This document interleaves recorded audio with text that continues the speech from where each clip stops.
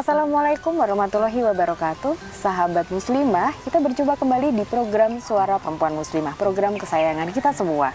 Sahabat muslimah, seperti yang Anda lihat, sekarang saya ada di Pulau Dewata.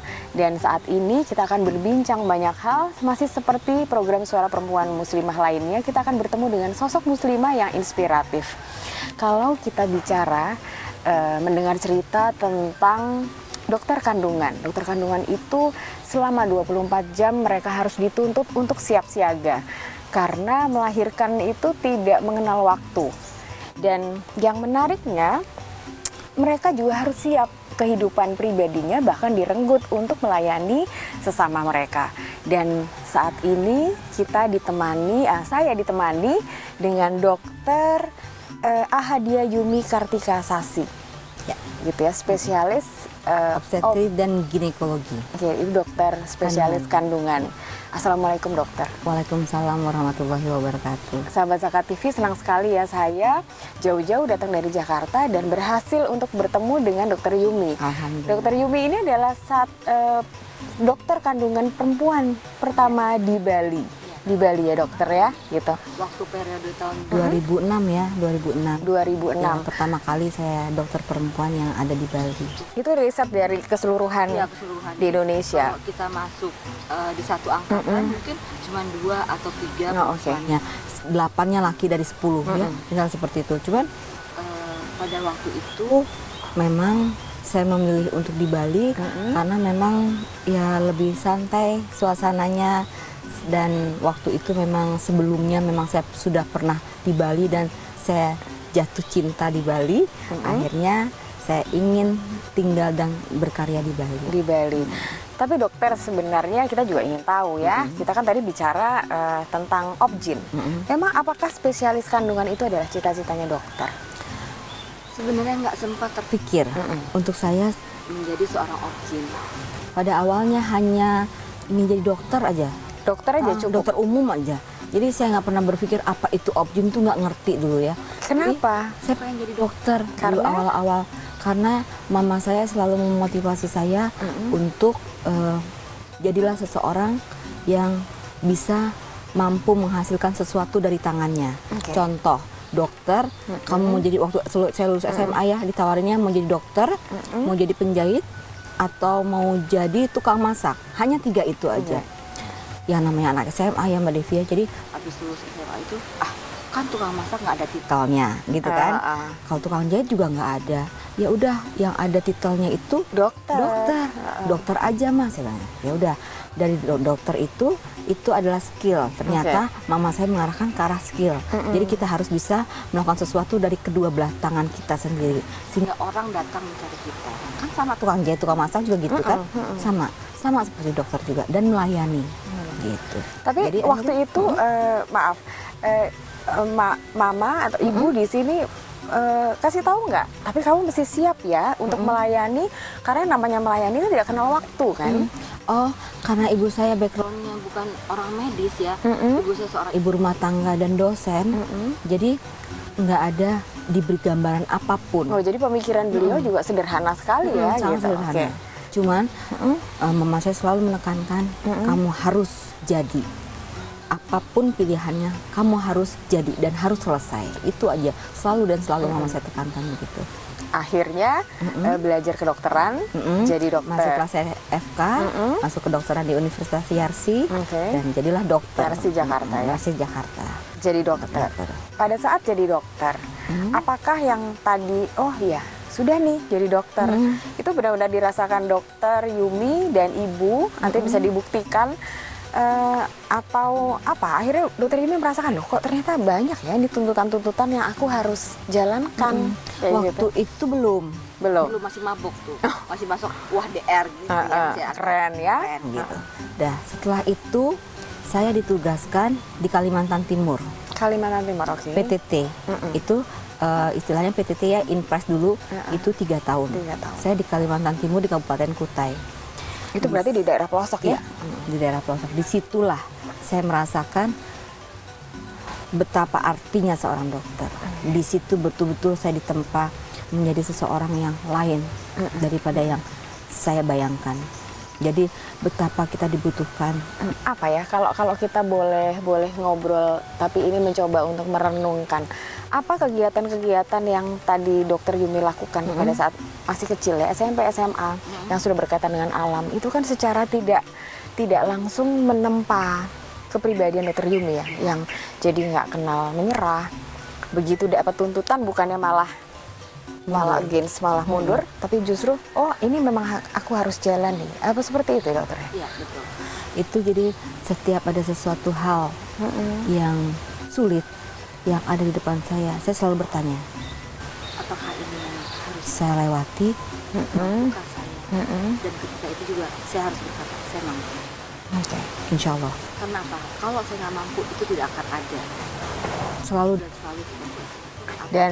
Dan itu semua selain dari apa namanya, keberanian menerima, keikhlasan menerima, optimisme, dan itu juga pastinya nggak jauh dari peran doa, semangat, support dari ibu ya. Karena itu tadi kan mama yang sebenarnya kamu harus jadi seorang yang bisa menghasilkan karya dari tanganmu sendiri yang dicari orang gitu. Dokter Yumi, kita akan lanjutkan lagi perbincangan menarik kita, sahabat muslimah. Dari cerita Dokter Yumi kita tahu bahwa sungguh mulia apa namanya ya, kalau segala macam pekerjaan ya dokter ya, itu akan menjadi sangat mulia kalau kita lakukan dengan kesungguhan hati, dengan keikhlasan, dan apalagi kalau dilakukan oleh seorang perempuan gitu ya, karena banyak sekali apa stereotip ya, kalau perempuan itu pasti lemah secara fisik, kurang bisa menerima, atau karena mungkin lebih semuanya dengan hati ya, sedih, nangis, perasaan emosional. Tapi itu sebenarnya bukan hambatan dokter ya. Betul. Kita akan berbincang sesaat lagi dengan Dokter Yumi Ahadia Yumi Kartikasasi sesaat lagi di program kesayangan Anda, Suara Perempuan Muslimah.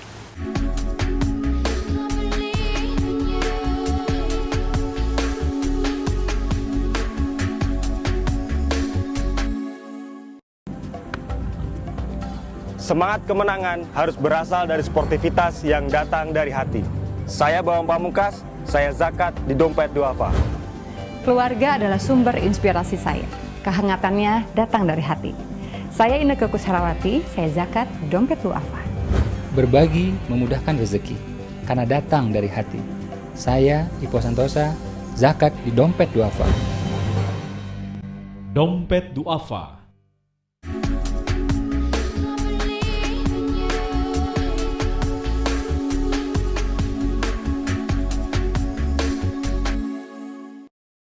Sahabat muslimah, kita lanjutkan perbincangan kita dengan Dokter Ahadia Yumi Kartikasasi, spesialis kandungan ya, gitu. Dokter, apa ya kiat-kiatnya supaya kita ini semua tidak secara teoritis aja paham bahwa kita harus menerima, menjalankan dengan ikhlas yang nanti akan membuahkan sebuah kemuliaan, gitu ya.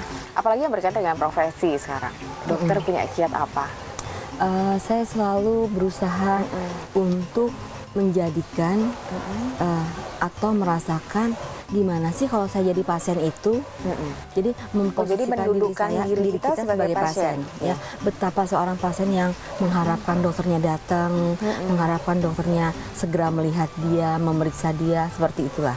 Jadi saat-saat seperti itu tentunya kita harus segera datang kan, segera ingin bertemu dengan dokternya kan. Nah saat itulah saya merasakan saya harus segera datang, saya harus segera ketemu, saya harus segera memeriksa. Itu yang pertama kali, yang prinsip saya. Yang kedua tentunya tanggung jawab moral ya. Di depan saya itu ada 2 nyawa yang harus saya pertahankan. Jadi saya berusaha. Memang semua di tangan Allah ya. Cuman kalau misalnya memang kita berupaya maksimal dengan apa yang kita mampu, dengan semua keterbatasan kita, tentunya itu akan berhasil dengan bagus. Jadi ada tanggung jawab 2 nyawa yang harus saya pertimbangkan dengan amat sangat, dan itu nggak gampang. Pertanggung jawabannya juga kan ke Allah juga. Jadi kalau ada panggilan malam atau apa itu harus segera lakukan saja gitu ya. Lakukan saja. Dan tentunya kadang-kadang ya manusiawi sekali, aduh capek, ngantuk gitu kan. Cuman ya di samping itu kalau ingat lagi, ini kebayang nggak Kalau saya yang jadi dia, nunggu-nunggu dokternya nggak datang-datang, Betul. udah ketubannya udah pecah, terus misalnya udah pembukanya udah lengkap, udah sakit, dokternya nggak datang, kebayang kan? Betul, betul. Nah, Jadi tapi salah dokter, satu. tapi dokter kan tadi kan dokter Yumi ini tahun 2006 ya, ini Iya. termasuk dokter perempuan pertama di Bali. Iya. Yang mana banyak ibu-ibu nih bukan tidak percaya dengan dokter laki-laki Laki-laki, gitu ya, tapi merasa lebih safe, lebih seperti teman gitu ya. Kalau curhat, dokter aku kok seperti ini gitu ya, karena ibu yang mengandung dan melahirkan itu secara psikologis kan mereka juga harus ada penanganan tersendiri. Kan dokter berarti banyak sekali yang mengharapkan dokter untuk datang.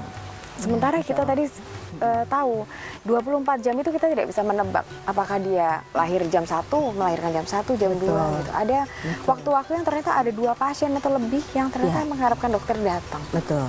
Jadi cuma agak di ini Mbak Devia mungkin agak sedikit saya tambahkan, kita kalau dokter kandungan itu tidak berkecimpung hanya untuk hamil dan melahirkan. Oh, oke. Tentunya ada masalah yang lain. Iya, iya. Kadang-kadang ibu-ibu tuh kemungkinan kalau misalnya melahirkan kan sakit ya, emergency. Jadi mungkin dengan dokter siapapun ibu-ibu tuh mau ya, sama dokter pria pun mau. Tapi kalau yang sekedar memeriksa untuk pap smear dan sebagainya kan itu organ genital jadi wanita. Jadi kan mungkin agak malu kalau misalnya ke dokter pria. Itu kebanyakan yang seperti itu juga banyak. Tapi yang seperti dokter Mbak Devi tadi bilang 24 jam, iya memang kalau ada waktu yang bersamaan di 2 tempat saya harus menangani, tentunya kita ada kerja tim Mbak Devi. Ada kerja tim. Dokter kandungan itu tidak pernah bekerja sendiri. Oke. Dokter, kalau menurut dari saya cerita atau ada beberapa gitu teman yang mengenal dokter Yumi, dokter ini kan sebenarnya punya pengalaman pribadi ya. Ya. Nah, apa dokter bisa di-share ke sahabat muslimah lainnya? Ya sebenarnya ini tidak semua orang mungkin ya melihat keberadaan saya sekarang ini mungkin masa iya sih gitu ya. Memang dulu pada tahun 2005 saya pernah mengalami sakit kanker payudara, itu di situ stadium 3B. Saat itu dokter sudah berpraktek sebagai belum, sedang pendidikan. Sedang pendidikan. Tahap akhir. Setelah itu saya melakukan pengobatan di Bali sampai selesai, dan kemo radiasi semua saya lakukan sampai selesai. Nah setelah saya lakukan itu, dan itu nggak mudah Mbak Devi, nggak mudah. Dan alhamdulillah saya sampai sembuh, saya selesai sekolah, kemudian bekerja, dan hari-hari pun sampai seolah-olah terlupakan. Kadang-kadang saya lupa kalau saya itu pernah sakit, saking biasanya. Itu kan tadi dokter bilang itu berat sekali, gitu ya. Berat sekalinya gimana, dan tapi kok justru dokter Yumi bisa menerima itu, akhirnya dokter Yumi lupa bahwa dokter Yumi itu pernah sakit.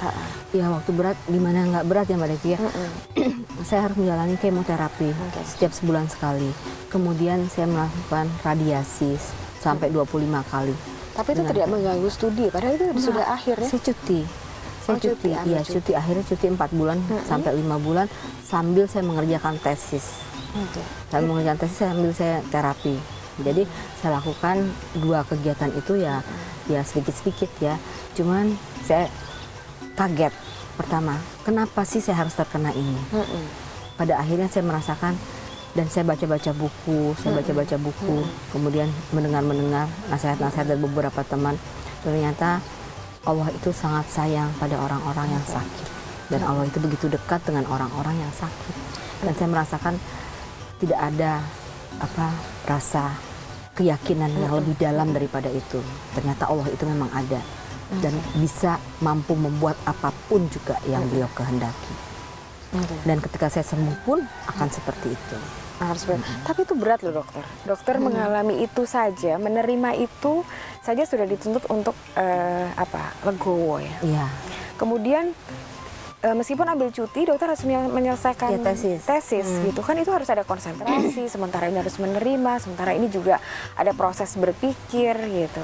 Kita lanjutkan sesaat lagi ya dokter, perbincangan kita yang semakin menarik ini. Sahabat muslimah, jangan kemana-mana, kita akan melihat bagaimana sih sebenarnya dokter Yumi menjalankan ini, dan ini nanti juga akan kita bagikan tipsnya untuk sahabat muslimah lainnya. Saat lagi bersama kami di program Suara Perempuan Muslimah.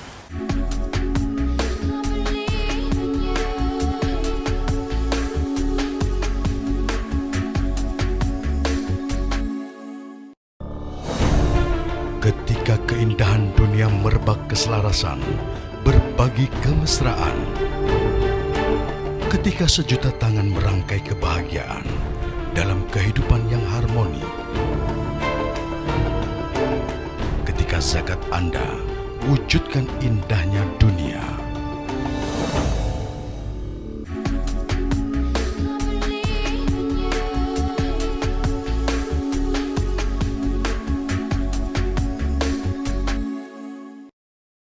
Sahabat muslimah, kita lanjutkan perbincangan kita dan kita juga semakin ingin tahu, dokter. Tadi kan dokter di di akhir segmen kedua tadi, dokter juga cerita bahwa ada satu masa di mana dokter dituntut untuk proses penyembuhan, tapi menyelesaikan tesis, sementara juga harus siap-siap untuk segala macamnya, untuk ujian, betul. Gitu ya. Dan ujiannya kan kalau nggak salah harus pindah-pindah kota. Iya. Jadi waktu itu ujian nasional untuk dokter kandungan dilakukan di Batam bersama dengan pertemuan ilmiah tahunan. Jadi saya selesai pengobatan itu di bulan Mei, Mbak Devi. Setelah itu saya 1 bulan untuk mempersiapkan dan saya sudah bersiap untuk tidak lulus untuk pergi ke Batam. Saya pikir udahlah coba-coba aja. Yang penting saya sudah menjalani ujian sambil tahu lah gitu. Udah ujian tuh gimana. Saya tidak berharap untuk lulus pada waktu itu. Ya, tapi alhamdulillah lulus. Jadi di tahun yang sama saya melakukan terapi selesai untuk kankernya dan saya dapat hadiah lulus SPUG juga di tahun yang sama. Di tahun yang sama. Dan itu jarak bulannya pun juga dekat ya. Gitu. Sangat dekat. Dan saat itu juga dokter dinyatakan sembuh ya. Selesai untuk terapi. Enggak. Ya, selesai untuk terapi. Ya, karena begini Mbak Devi. Kalau orang menderita kanker itu tidak akan pernah dinyatakan sembuh selama hidupnya agar dia tidak lalai. Jadi selalu harus menjaga. Dan menjaga itu kan harus dibutuhkan disiplin. Iya, betul. Disiplin, apalagi dokter profesinya dokter ya, yang tadi juga harus melayani, jadi harus siap bagaimanapun stamina mesti kuat. Nah, apa yang dokter alami gitu ya, ternyata ada pengalaman hidup yang sangat besar. Kemudian proses dari yang tadi objin itu bukan pilihan, lama-lama setelah dilakoni dengan rasa percaya gitu ya, dokter menjalani itu. Apakah semua itu dokter juga ada nggak teman gitu ya, atau komunitas kah, atau yang dokter ikut gitu, mereka disitulah dokter sharing dengan berbagi dengan mereka. Ada beberapa sahabat ya, tentunya ada beberapa sahabat yang dekat dengan saya.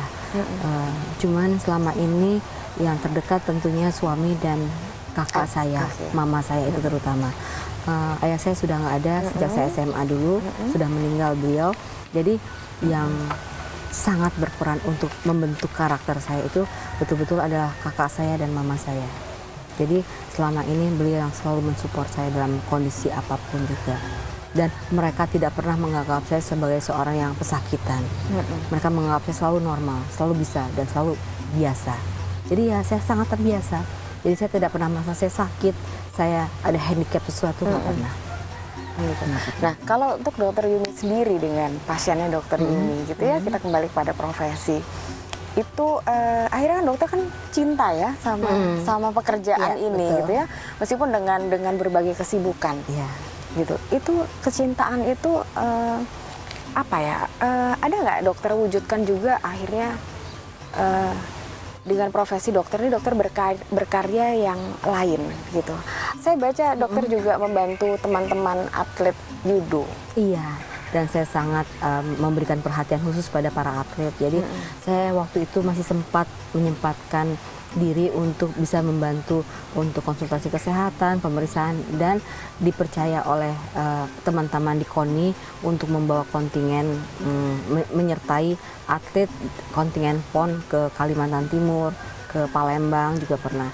Jadi tapi setelah saya lebih padat lagi kegiatan di Obdin, tentunya agak tersita. Jadi akhir-akhir ini agak kurang untuk membantu teman-teman di ATI. Tapi masih ada kontak ya dengan Oh mereka? iya, selalu. Itu sudah berapa lama dokter? Sejak saya pendidikan, sejak saya residen, jadi mungkin hampir 10 tahun ya. 10 tahunan saya sudah berkecimpung dengan. Apa sih yang dilakukan di sana dokter? Ya paling nggak memotivasi mereka bagaimana sih asupan gizi yang bagus, keseimbangan cairan mereka, olahraga yang sampai mau menaikkan berat badan bagaimana, mau menurunkan berat badan bagaimana, yang overweight bagaimana gitu.